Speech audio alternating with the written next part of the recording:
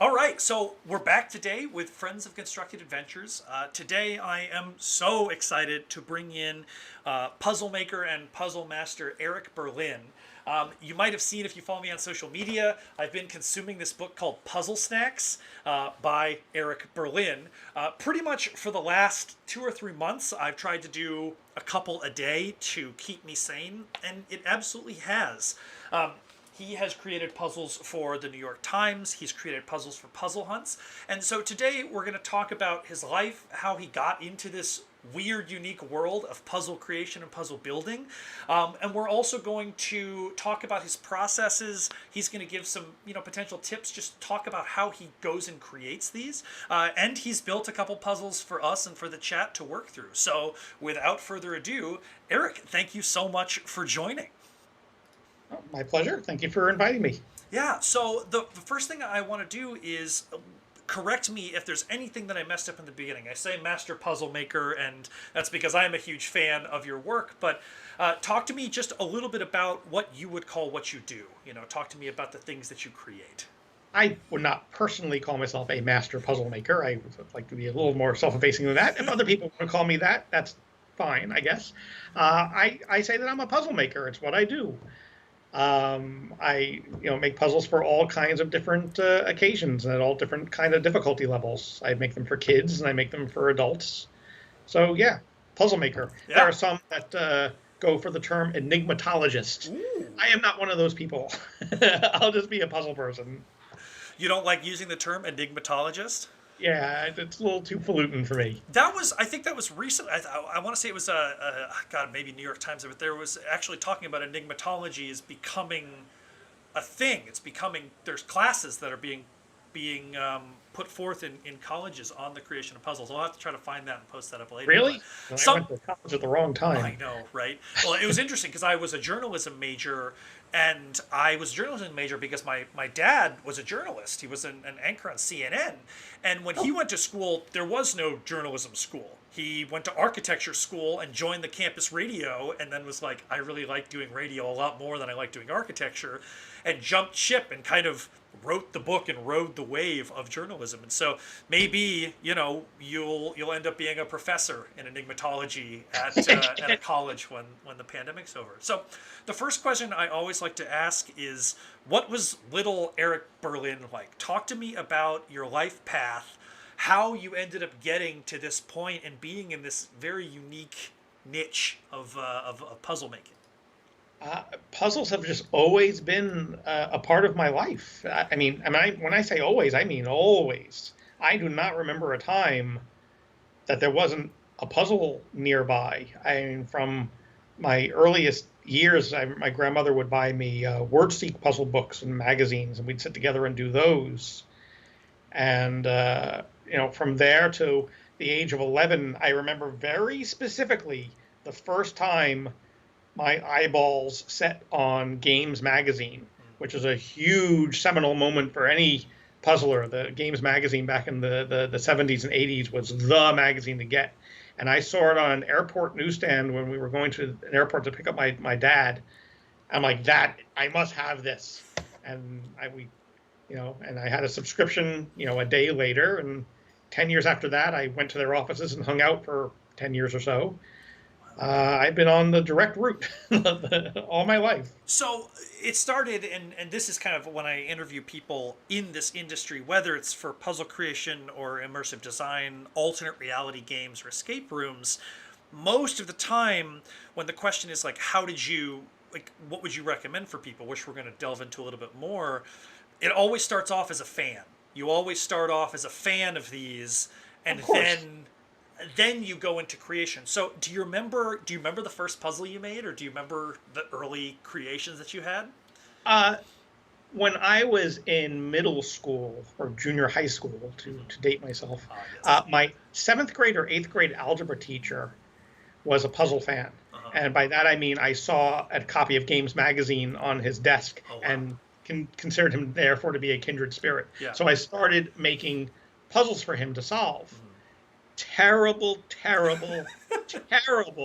unsolvable puzzles. I had no idea what I was doing. And he was very polite and very nice. And when they could be solved, he would do so. And when they couldn't be solved, he was not an enigmatology teacher, Yeah. and he didn't know how to set me straight. But he would just say, "This is a mess," or "This can't be done." But he was very nice about it and encouraging, and a very important figure in my life. And what was his name? Do you remember his name?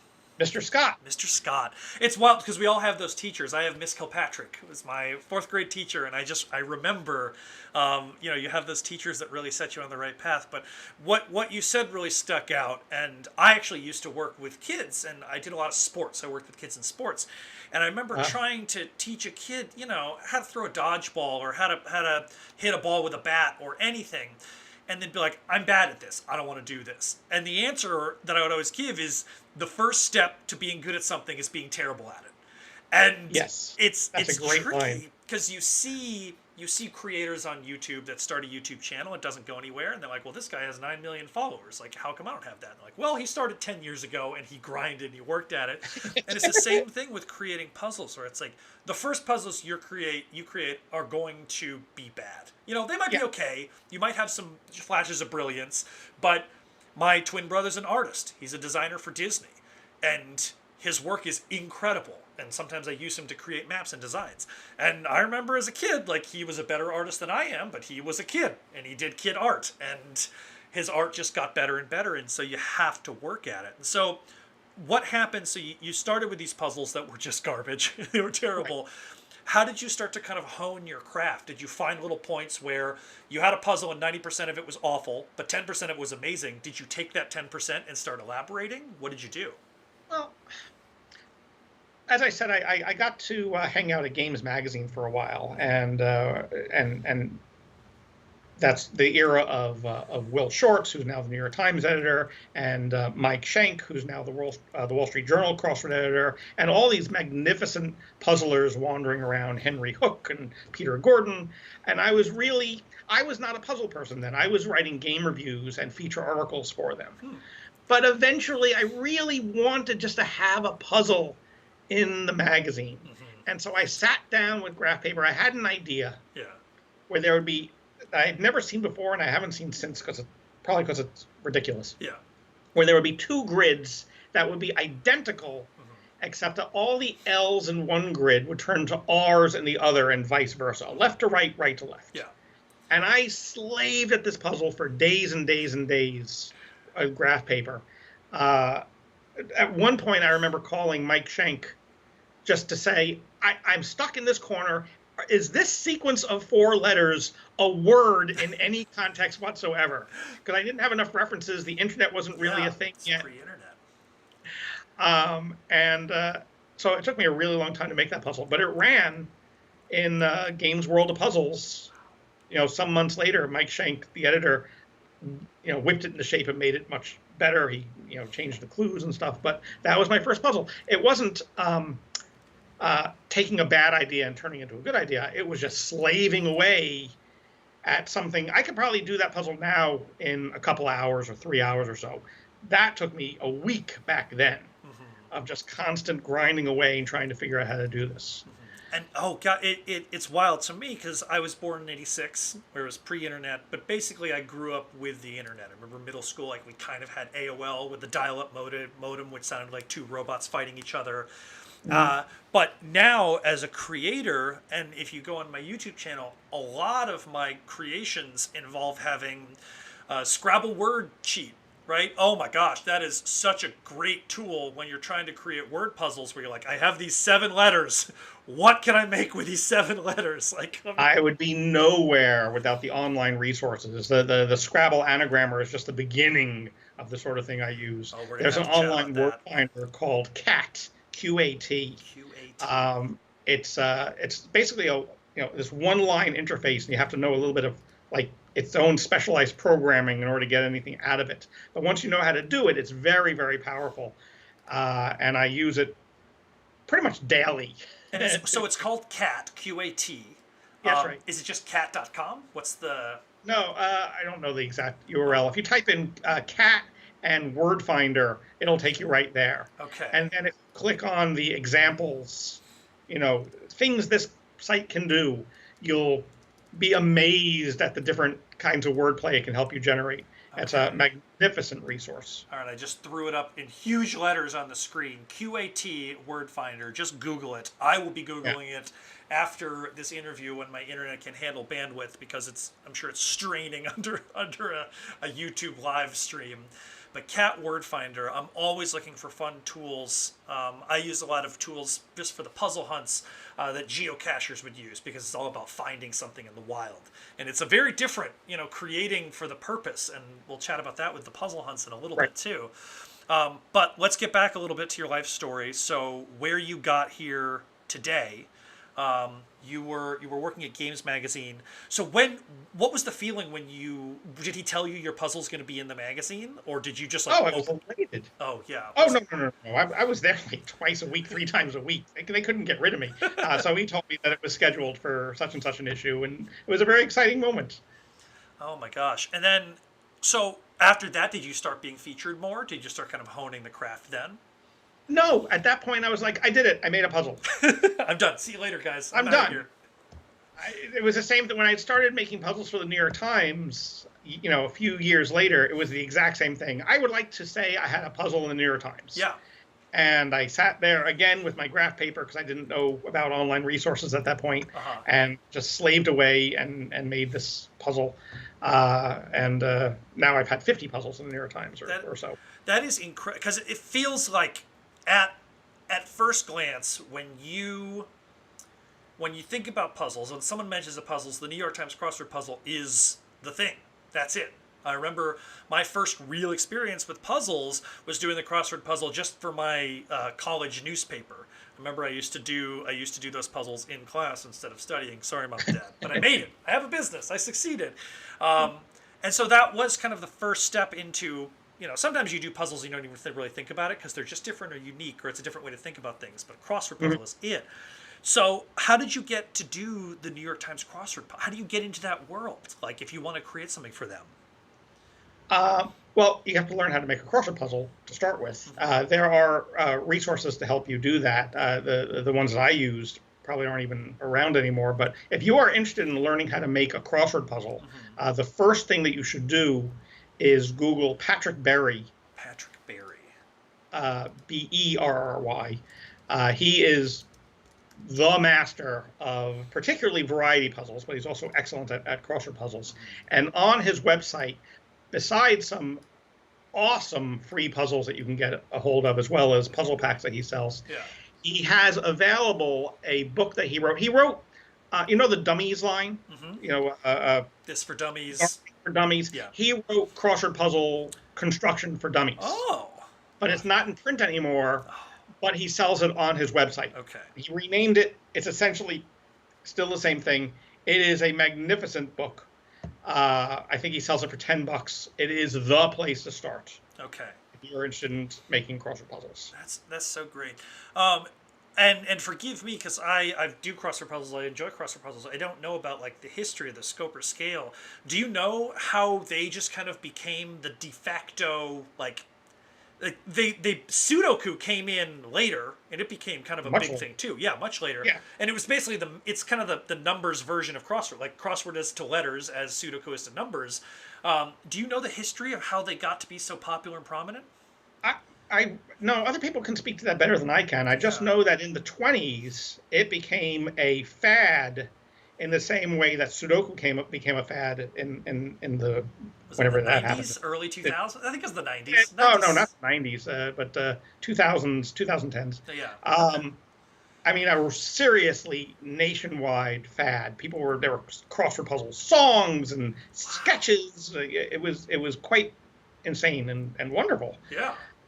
We wouldn't see anything of that again until Sudoku came around. Yeah, it really was. And then you can almost kind of assume escape rooms might be a little bit of the next step of puzzles. Certainly. Because it blew up back in, I guess, early 2000s in other countries, and then it hit the U.S. It feels like around 2010, 2015 was when I started to see them pop up everywhere, and now they're all over, and they're amazing. Absolutely. It didn't have quite the same mania that crossword puzzle and Sudoku had, but it's definitely a great fad to ride. Yeah, and crossword puzzles, understandably, you can do them anywhere at any time. Right. An escape room, it's hard to do right now because of the global pandemic. But I just did a whole book full of at least not necessarily crosswords, but word type puzzles, which is in Puzzlesnacks. So you started doing puzzles. You got to the New York Times, and then you kept going, right? Yeah. Well, I mean, I as I said, I wanted to just have the one, but well, why not more then? And Yeah. it became a hobby. Here's a good theme. Let's develop that, and it just kind of kept snowballing. I didn't really intend it, but I just kept going with it. Yeah, I mean, if you love what And you do. suddenly I'm genuinely a puzzle maker. Yeah. Yeah, it's a lot of fun. So how did that get you to Puzzlesnacks? Is not your first book, because this is somewhat recent. Is it somewhat recent? I know I found out about it recently. It came out almost exactly a year ago. Okay, so yeah, it's very recent. Yeah. But it's not your first book. Would you say that it's your biggest book? I mean, my other books are very different from Puzzlesnacks. The three novels that I wrote for kids are novels. Yeah. I mean, it's a completely different thing. They're stories. This is the Winston Breen series that I wrote for middle grade readers. These are all mysteries with puzzles all through them, but there is a story. It's not a book of puzzles the way the Puzzlesnacks is. Yes. Winston Breen was, that I would say that's a series. They were nominated for all these awards in different states. That became a thing. Yeah. Puzzlesnacks is an entirely different animal. Yeah. So I guess why, because Puzzlesnacks, the thing that really made me fall in love with this book, I bought it no matter what because it was recommended to me by Ariana from the Wild Optimists. But Puzzlesnacks, what I loved so much about it was your intro, your foreword that said, I wanted to get my daughter, who's 13 years old, into puzzles. So naturally we started with crossword puzzles at the New York Times, where you start on Monday, where it's the easiest, and then you push to Saturday, where it's just brutal, and you just get better and better and better.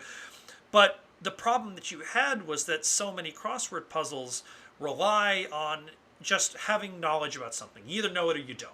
You know what this famous actor's name is in 1959, or you don't. You know what the airport code is for, Chicago O'Hare, or you don't.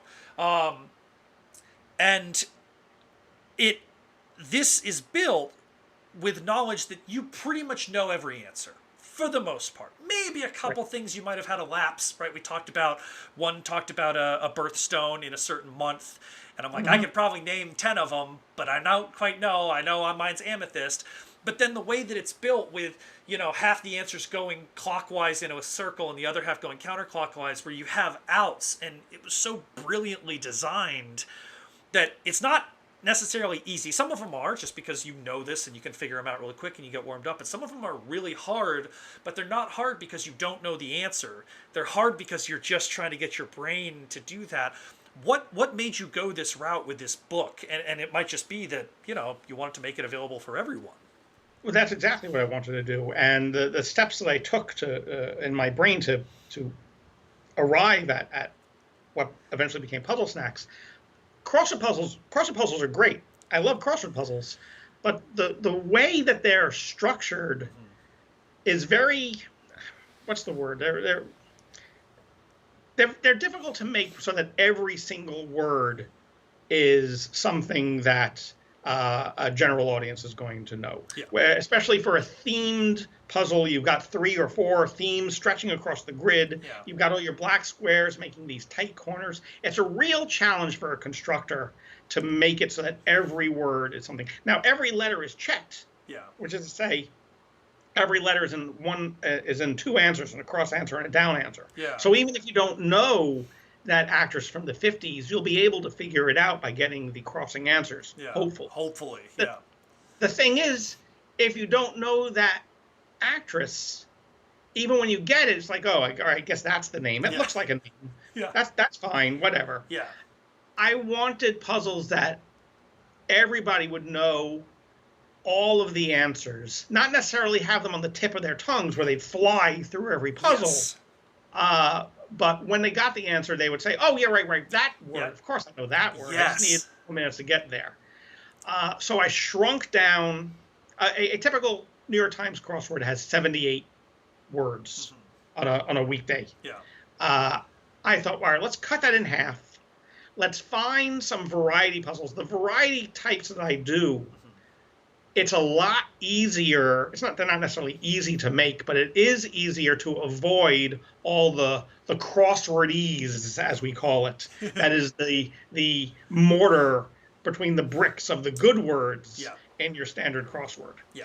I can just throw all those words out. I don't need them for my variety puzzles because they're small and because they're structured in a different way. Yeah. And I started making them. Puzzlesnacks didn't start off as Puzzlesnacks. They started off as something called Puzzle Your Kids. Huh. It was specifically for kids. I was shooting for homeschoolers and the education market and stuff like that. And I started getting subscribers who would tell me, I am 43 years old. Do I have to be a kid? No. I'm like, as that audience started growing, I realized that I had possibly misbranded myself, and so I switched gears over to Puzzlesnacks. Yeah, it's so perfect with I'm absolutely in love with this book.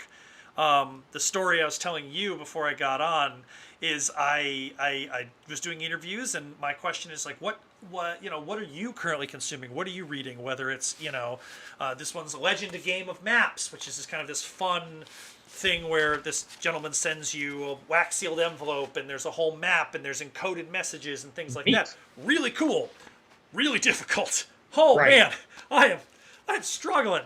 And it's so nice to have different levels of things. Like everything doesn't need to be this like brutal, like really, really working for people need the internet doing this, where it doesn't have to be, adults can love, just something that, one page. Sometimes I would blaze through a page and I'd beat it in 2 or 3 minutes and I'd feel amazing.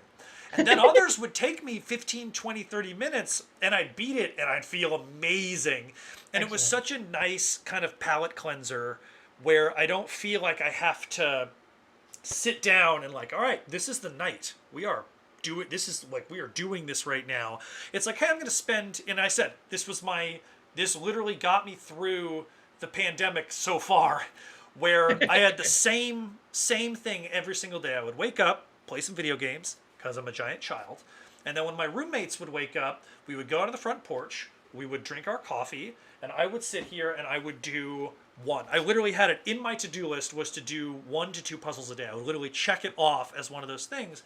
And it was such a great way to get my brain going. And so I do really appreciate it's this nice thing that I like to spill into where things don't always have to be this like brutal, awful like challenge, which is not to say they're not amazing. If you're doing puzzle hunts, which we're going to talk about in a second, it is okay to make something really difficult, especially if there's like some big cash prize, right? You don't want people to like blaze through. Or if you know there's going to be solved by a group of people as opposed to a solo solve, you have to calibrate accordingly. Yeah, so I guess let's bring that into the next thing. How do you determine difficulty when you are building puzzles? Like, do you have a process? What do you do when it comes to difficulty? A lot of it is instinct, I'll say, and it's instinct honed from, as I said, I wrote these children's books, and I traveled around the country talking to thousands upon thousands of kids and giving them puzzles, and I had little mini puzzle hunts for them, and I would watch them solve the puzzles, and I saw what worked and what did not work. So I learned the vocabulary, and if something seems too hard for me, I just don't put it into the puzzle. My wife is a terrific sounding board. My daughter continues to be a great sounding board.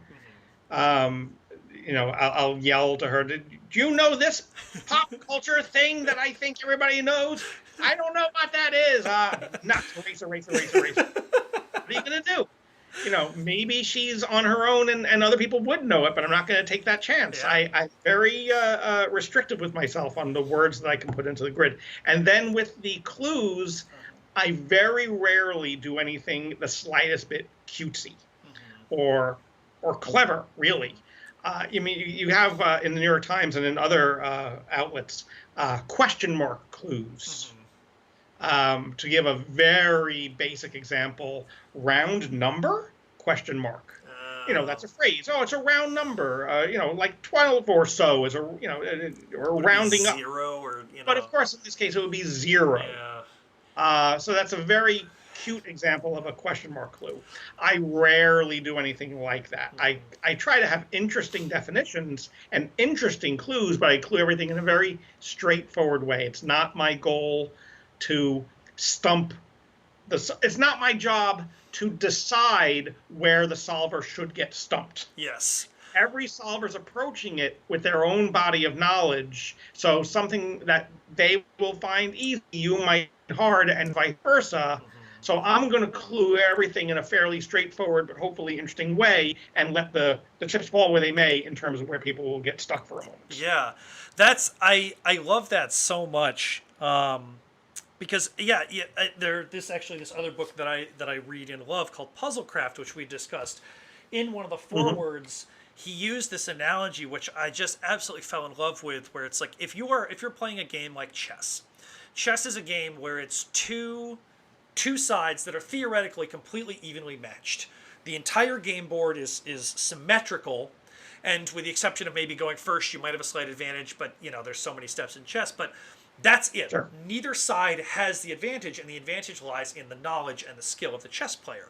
Versus a puzzle, which is technically a competition between the creator and the player, but it's lopsided. And the creator has all the advantage. The creator knows all the answers. The creator builds it. The creator has all the control. Yet the creator is destined to lose. If the game is played correctly, the creator should lose every single time. And so it's that matter of trying to build it in a way where you want to lose. And you've seen it, and you talked about it too. There are people that build puzzles that build it and it's just way too difficult, or it expects this information. I've seen it in escape rooms where they just expect your brain to make a jump that your brain has no business making, and it's not fun, it's not good, and the player loses, and so thus the puzzle maker kind of loses too, because it's meant to be beaten. And if there's one takeaway I can have when it comes to creating puzzles or events, it's make it to be beaten. Don't lose sight of that, Absolutely. Yeah, I have to learn that lesson. Every puzzle maker has to learn that lesson. Yeah. There's an annual event at MIT called the MIT Mystery Hunt. Yes. It is one of the largest puzzle hunts of the year, and I'm on a pretty large team called Palindrome, and we've put together the hunt a couple of times, and I have my name on a couple of puzzles out there that nobody ever solved. They were too hard for the mystery hunt. Oh, wow. It's embarrassing. It's the way it goes sometimes. Yeah. So I have a question. It's going to happen to me again. I know. It's going to happen, and that's okay, and you learn from it, right? I have a question from Chris. I hope it's Pike, P-Y-K. I'm going to add to the broadcast right now. And the question is, do you build puzzles for a specific difficulty, or I just lost it. Or do you build a puzzle and then assign the difficulty once it's complete, or both? No, I have an idea of who the audience for the puzzle is going to be before I start work. And so I'm shooting for a particular difficulty level every time. That might fluctuate a little bit. All right, this puzzle might be a little harder. But in general, I have the difficulty level in mind before I get going. I think that's smart, because and sometimes I guess it depends on everybody. You've been doing this for so long, you can sit down and you can do this, where somebody else might be like, oh my god, I have this idea, and I'm going to build it, and then I'm just going to figure it out. If you're starting off, just make puzzles, right? They don't have to be good. They probably aren't going to be good, but you're going to learn and you're going to get better. Yeah, it's totally fair. Make something and throw it out there and see what happens. Yeah. Absolutely. Yeah. So I have a funny joke question actually from my dad, who then realized I misspelled it. But is it possible to do a New York Times crossword puzzle with a Sharpie? Somebody saw wordplay. Is that what is he referring to, the documentary Wordplay? Oh, I don't think so. I don't know. Maybe. Well, then this is a coincidence, because that's a joke in that movie. It's a documentary about the New York Times crossword and the basically all my friends at the American Crossword Puzzle Tournament. They interview Jon Stewart, and he makes a joke about doing a puzzle in a Sharpie. Sure, why not? Yeah. You can do a puzzle in a Sharpie. It'll be a big blob of ink at the end, but go. I know. Oh, and you always hear, there's a testament to how smart someone is, where it's like, oh, they're brilliant. They do the Saturday New York Times in a pen. I remember hearing that reference before, which, yes, I'm probably smart, but there is something to be said. I remember you get better at crosswords as you do them. It's not, it's like a muscle, because you start to see there are similar, especially if there's people that create them. Sorry, you had something? I'm gonna change that analogy. It's not like working a muscle. It's like learning a language. Because of all that crosswordese that you're going to go in there and find over the years, and like, oh yeah, Hagar the Horrible's dog or whatever, and you learn about, even if you can't really speak to it, you learn about the letter patterns. Yeah. And you learn, all right, this is going to be an S, because the clue is plural, so this is going to be an S probably, and you learn all these rules over the course of time, and there's more than you expect. It's not just, how do you solve a crossword? Well, there's the clue, and you come up with an answer. That's it, right? Yeah. Not really. There's a whole lot of other stuff to know before you truly have mastered the art of solving crosswords. Which, it's wild and very, very cool. It's just something you get better at. And having it be a language is so smart. I remember with the University of Arizona crossword puzzle, because that was this college I went to, you see, because there was 2 or 3 people that would do them. And I don't know if they did them on other ones, but you'd start to see tendencies. Where you start to see, like, they just had an answer, and the answer's because they just got to a point where it's like, it has to be this because it works with these. And so you start to see those little tendencies that they have, or kind of similar answers or similar ways they'd get to those answers, and it does get easier for sure. Okay. Oh, and by all means, anybody in the chat, if you have questions or comments, throw them in there, and we'll put them up, and we'll chat about them. I have a couple more questions, and we're going to take a quick break by doing some puzzles that you have created on a shared screen. So let me see. We'll talk just a little bit about puzzle and design, and then we'll go to this and ask some more questions. So I had a question from the Society of Curiosities on Instagram, and it was, how do you keep your designs fresh? How do you keep from going into crosswordese, where you're just like, well, I'll just use the same formula before? Do you come up with ideas on the spot, or do you sit down and you're like, I'm going to manifest something? For Puzzlesnacks, I tend to rely on the same several dozen puzzle types. They're just good stalwart puzzle types that I know how to make. It's interesting that this question comes up now, because just in the past couple of weeks, I've been getting very itchy, and I've been wanting to come up with new puzzle types. I was wondering if it was even possible, because there are so many different variety types out there, and I've invented like one. Who am I to invent all these new ones? But I really worked at it, and I came up with 2 or 3 new types that will work for Puzzlesnacks, and you'll see those on my website in the coming weeks. I had one that was in the New York Times just a few weeks ago called Cascades that I was very proud of. It was, the words going in a direction I hadn't seen happen before. It was very neat.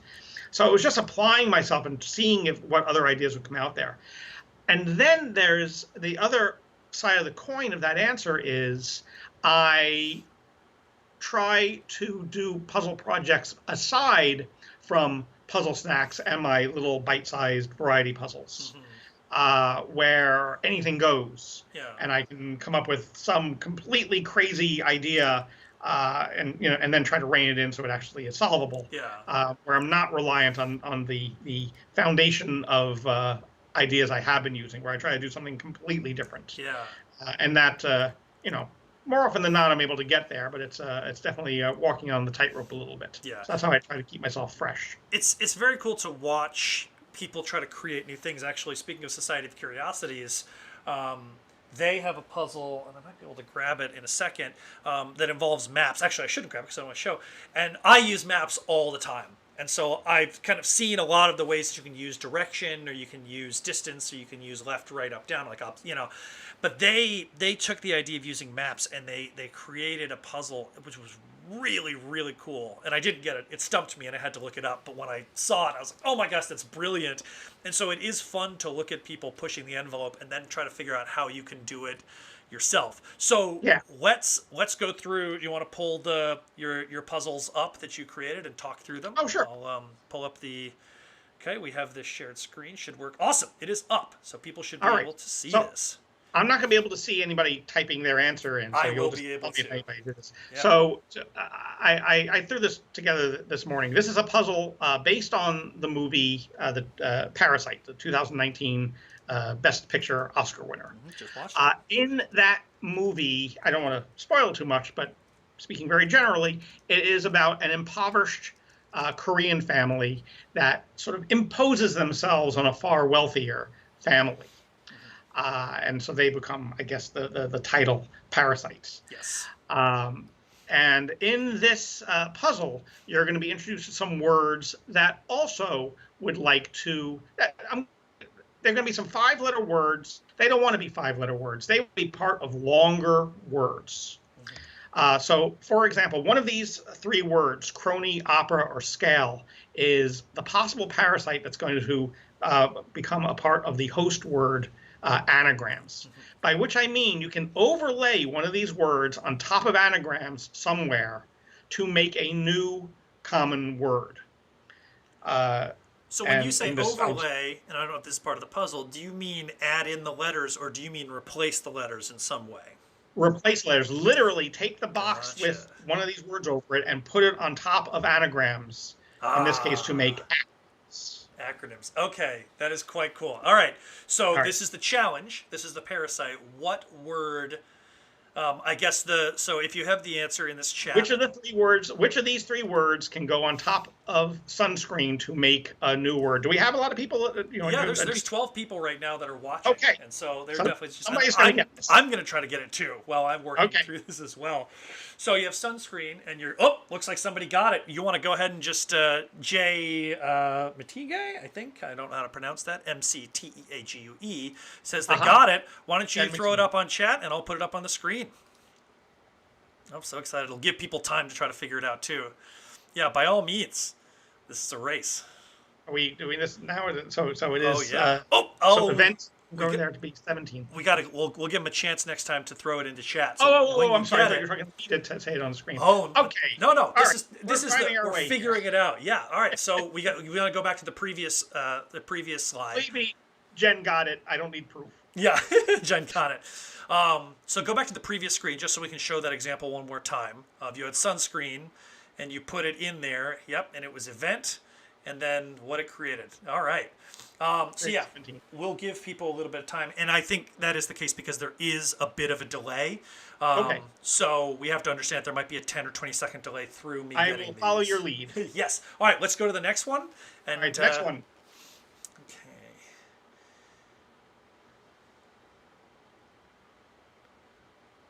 Either dress or labor or verse can be put over operate. Oh, man. I keep wanting to put it right in the middle, and I don't know if that's the correct thing. Okay, operate, dress, labor. And once somebody gets it, you put it in there. Okay. Oh, looks like John got it. John, you want to give us the answer here? Yeah, once you get it, you just type it in there. I have a lot of people putting G, and I'm wondering if that means I got it. If that's yes, like it does. Short term. Oh, I'm learning all sorts of new things. So once you get it, even if you type in, okay, it looks like John got it, Nathan got it, Steve got it. Type in the answer, everybody. Once you get it, type it in, and I'll add it to the broadcast. John, I think you got first dibs here because you were the first one to put it in there.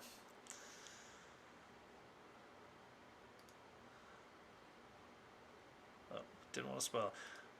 Got it. Oversee. Oh, that's great. Yeah. Oversee is correct. Yeah, I like that. So once you get it, go ahead and put the G. And once we get 3 people, first person that hit that G, go ahead and put it on there. I think that's a fair way. Gives people some time to do it. This is really fun. All right. God, this is bringing me right back to Puzzlesnacks.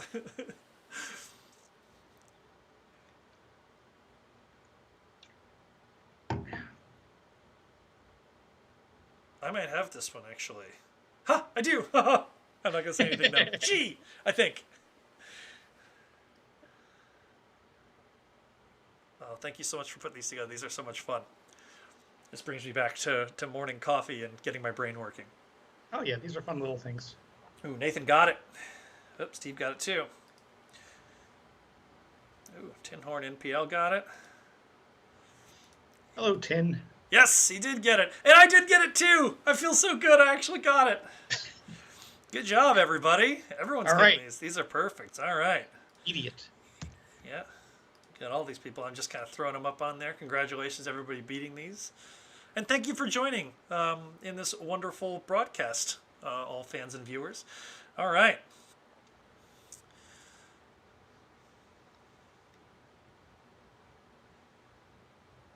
Oh, I got this one. Gee, I feel so smart, everybody. Whenever I do like escape rooms or these big puzzle tales, I feel like I get them, 20-30% of the time. I'm never the first one to beat the game. Ooh, looks like Rose got it. I love solving escape rooms with my very smart friends, even if I don't contribute anything. It's just it's terrific to ride the wave of energy of a well solved escape room. Yeah, I remember I was talking with. All right, Rose, you wanna put it up? You're the first one. I was talking with Steve Peters, who is an alternate reality game designer. And for those that aren't familiar, like alternate reality game, the standard definition is it's usually a very, very difficult, group hive mind is working on it, usually advertising. It kind of blurs the lines of reality and fiction. The puzzles are extremely difficult, where it takes a lot of people working very hard to figure it out.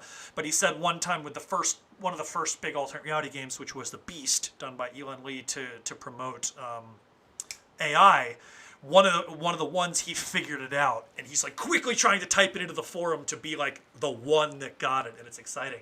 Rose, do you want to put up the answer? There we go. Rose got it. Discovery. Discovery is correct. Nice job. All right, got a couple more. I made 9 of these. I'm not sure how far into this we are. Well, it's like I think we have a few more. All right, yeah. All right. This is a great way to break up the interview. It's just a little bit of brain work.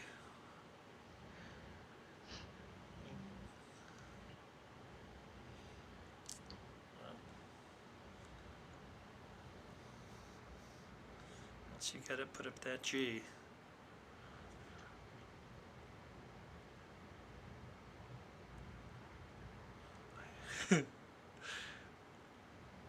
It's the longest amount of silence I've ever had in a stream. Oh, Rose got this one too.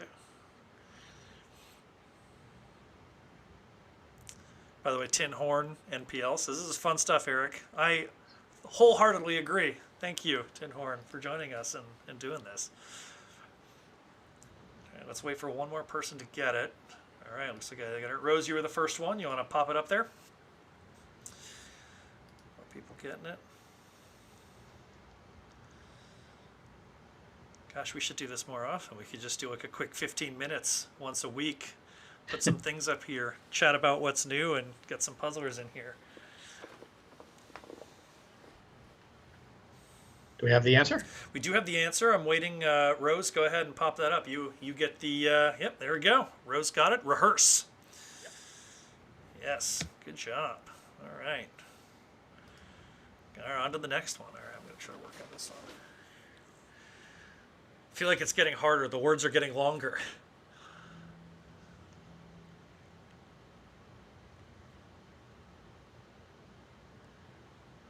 It's so wild because when you look at this, just you're like nothing works. I don't know what it is, and then the moment someone puts it up, you're like, oh, of course it is. Like, of course this is it.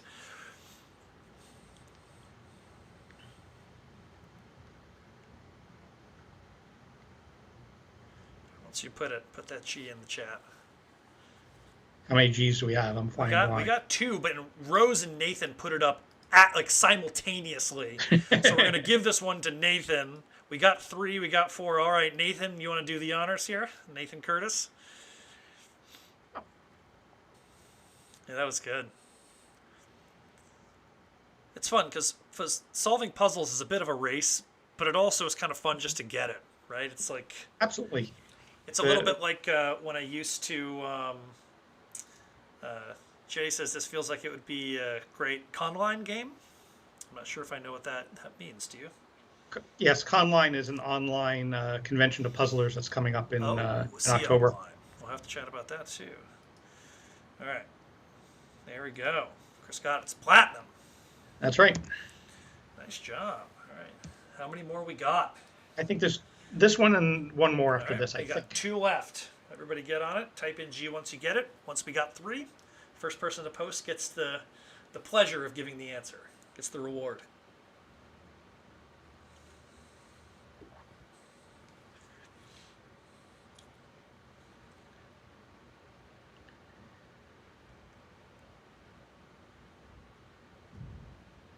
These are getting so much harder because the words are so much bigger. Well, Chris Aldrich got it. Wait for 2 more. Good on you, Chris. Oh, Rose got the second one.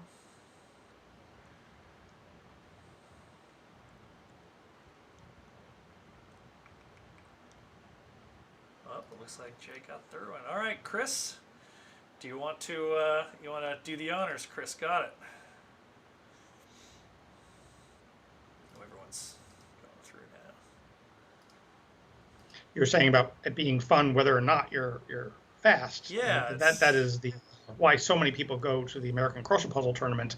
There's like 12 people in the room who have a chance of winning. Yes. There's 700 people in the ballroom. Not this year, alas, of course.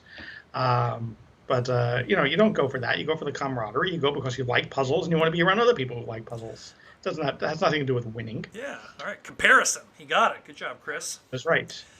That's great. All right. This is the last one.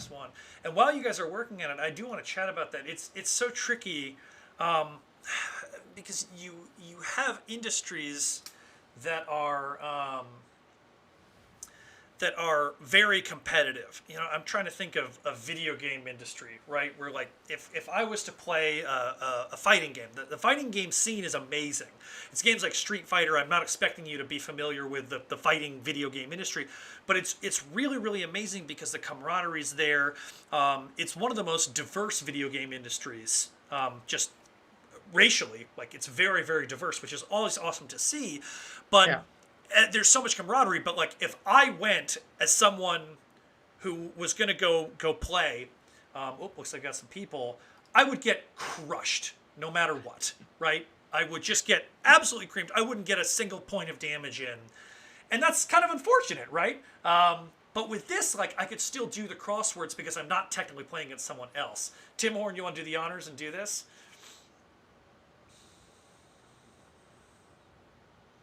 But yeah, it's nice that you can just go to this thing and just be a part of that without knowing, like, I'm going to be competing against the world's best player in this game, and they're going to wipe the floor with me, and that's all I got, right? Exactly. My twin brother, going back, he plays a lot of one of the most popular ones is called Street Fighter, and he'll play at home against the computer, and he's gotten really good, and he beats the computer. And the moment he goes online, he just gets annihilated. And there's no happy medium. Like, because it's just like, okay, well, I can beat the computer, which is easy and boring, or I can go on and play against someone from another country who just destroys me. Tim Horn, bathrobes. Good job. Bathrobes is right. Bathrobes is right. All right. And so that was our last one. That was our last one. So thank you for doing that for everybody. And Eric, thanks for putting it together. But it's great to have this industry where everyone's working together. You can improve and be a part of it. Yes, it's going to be very difficult to become the best, which is the case with anything or any game. Watched the Michael Jordan documentary, The Last Dance, which just shows how good he was at that and how he just crushed people. But it's wonderful to have this puzzling industry because you can get better because you learn lessons and you strengthen that muscle and you learn that language of puzzles and you improve. But it's not always about being first. It's about beating the puzzle yourself and enjoying that ride. Right. And finishing, and you can get plenty of that. Maybe placing higher than you did at last year's tournament. Yes. You're competing with yourself. Yeah, exactly. So I actually had a couple questions from people. Rose was mentioning, it's way back up here. She's actually going to be presenting a new game at Conline. Is it C Online? Is that how it's pronounced, or is it Conline? What's the? I think, I guess people call it Conline. That's certainly what I've been doing. Conline. Yeah. And so it's, good on you. I'm going to have to check that out. And yeah, you'll probably see me there because we all have a lot of time right now. So when it comes to this, and we can segue into this, has the pandemic impacted your creativity at all? Has it, Like, are you riding the roller coaster that a lot of people are riding? Where you have some people that you see them creating these amazing things during the pandemic, and then other people are like, I'm having trouble getting out of bed right now because it's just like the stress of, we've somehow made this pandemic political, and all of these well, things. given those two choices, I guess I have to say that I've had a decent pandemic creatively. Yes. I had an idea back in March, just as it was kicking off, the whole nightmare was beginning, where people can't get together with their friends anymore, but people are Zooming and Skyping with each other. So I created a suite of puzzles that were meant to be solved in that manner. Like, you have one set of puzzles, and I have the other set of puzzles, and we work together to solve each one. And I called it the social distancing puzzles. Oh, yes. And I turned it into a charity project, and we've raised over $15,000 for Feeding America so far. Oh. Which is nice. And I put the website already up here. It's socialdistancing.com. Socialdistancing.ericberlin.com. Socialdistancing.ericberlin.com. You make a contribution to Feeding America, and then you give me your email address, and you get the puzzles automatically, and then you grab a friend and solve them. Yeah, that is. It took some very talented puzzle solvers a good 4 hours to get through the set. So it's a serious endeavor. So you might want to solve a puzzle or two a day and let it stretch out, or just go whole hog and have a big puzzle feast. Yeah, I know. Do you feel like diving in and having it be your day? That's the problem that I'm having, is I have these things like I talk about Legend Game of Maps, where it's like, I can't just start this and stop. It has to be devoured. It can't just be, it's not a snack, it's like a feast. And you have to be in the right mindset, which is sometimes difficult to be in the right mindset because, it's a pandemic, and you're not going to get faulted for wanting to eat breakfast cereal out of a giant coffee mug in bed in the morning, and that's okay. It's okay to have that. But I think puzzles are so wonderful because it's all about the dopamine hit that you get when you, like, it's almost a two-step process. The first one is like, I think I got it. Mm-hmm. And then when you lock it in and you get it there and you're like, I've got it. And like, you get this two-step process, and, life is a puzzle, and sometimes it's very easy to figure out what the next piece is to place. But when there's a global pandemic, and I'm an event planner, I used to travel the world 80% of the year. I was all over the place, and then the pandemic hit, and I immediately flew home, and the whole world was turned upside down. But having a puzzle that you can solve and giving you like this nice, like, happy feeling of like, I figured this out, I've got this. At least I can do this. I can get this thing right. It is meant to be beaten because it was correctly created by you, in the case of Puzzlesnacks, yourself, exactly, and playtest it. And it's a wonderful, warm feeling. And so, we talked about fair and unfair puzzle designers, and life is sometimes not a fair puzzle designer. No, life is very, very unfair. Yeah. So as we start to wrap this up, because we just have a few minutes left, and once again, if anybody has any questions, you can always put them in the chat. Chat's kind of going crazy talking about its own thing about spaghetti. I'm trying to figure it out, but we can look through it. Oh, do you understand? Spaghetti is a game that I invented. Oh, so yeah, they're all talking about spaghetti right now. Spaghetti is a game. Oh God, how do you explain this? Spaghetti is in spaghetti. I present to you 5 words. Mm-hmm. These 5 words are not a puzzle. Huh. I chose them at random out of a dictionary. Uh-huh. I just chose them at random. I nonetheless present it and say, solve these 5 words. Uh-huh. You can add a 6th word if you want, but just solve these 5 words. And what you're saying to yourself right now is that's impossible and ridiculous. Yeah. But people who are really good at puzzles are tremendous at finding patterns that were not intended to be there. This is why puzzle makers have to have it beaten into them to never put purposeful red herrings in their puzzles. Red herrings. Solvers will make their own red herrings because puzzle makers are pattern finders. Yeah. And in the game of spaghetti, you're challenging people to find the pattern in these 5 or 6 random words. And it is staggering to see. By the end of reading all the responses, you'll say these words were not chosen at random, but they were. And people just find Morse code in them, or just God knows what, to find an actual answer to the random words. That is amazing. It reminds me of 2 separate things. One, middle school and high school English teachers, where you read a book and like they have all this like alliteration and all of these like foreshadowing and all this, and the author was like, "Nah, I just kind of wrote this book. It doesn't have this," and like you're finding all these things. And then, and a much scarier subset of life is conspiracy theories, which used to be wonderful and fun and like, the most serious one was the moon landing, and now you have these things. And there was a great podcast called Reply All, and they talk about weird phenomena on the internet, and they recently talked about the whole QAnon thing and conspiracies, and what you tend to find is people don't want a simple answer to a big occurrence. If there's a huge thing that happens, they don't think that it's like, oh, it was just this thing that happened, right? Logically speaking, it would just be this. It has to be something bigger. And so it's the same thing with spaghetti. It seems like it's like people don't want it to be it's 6 random words.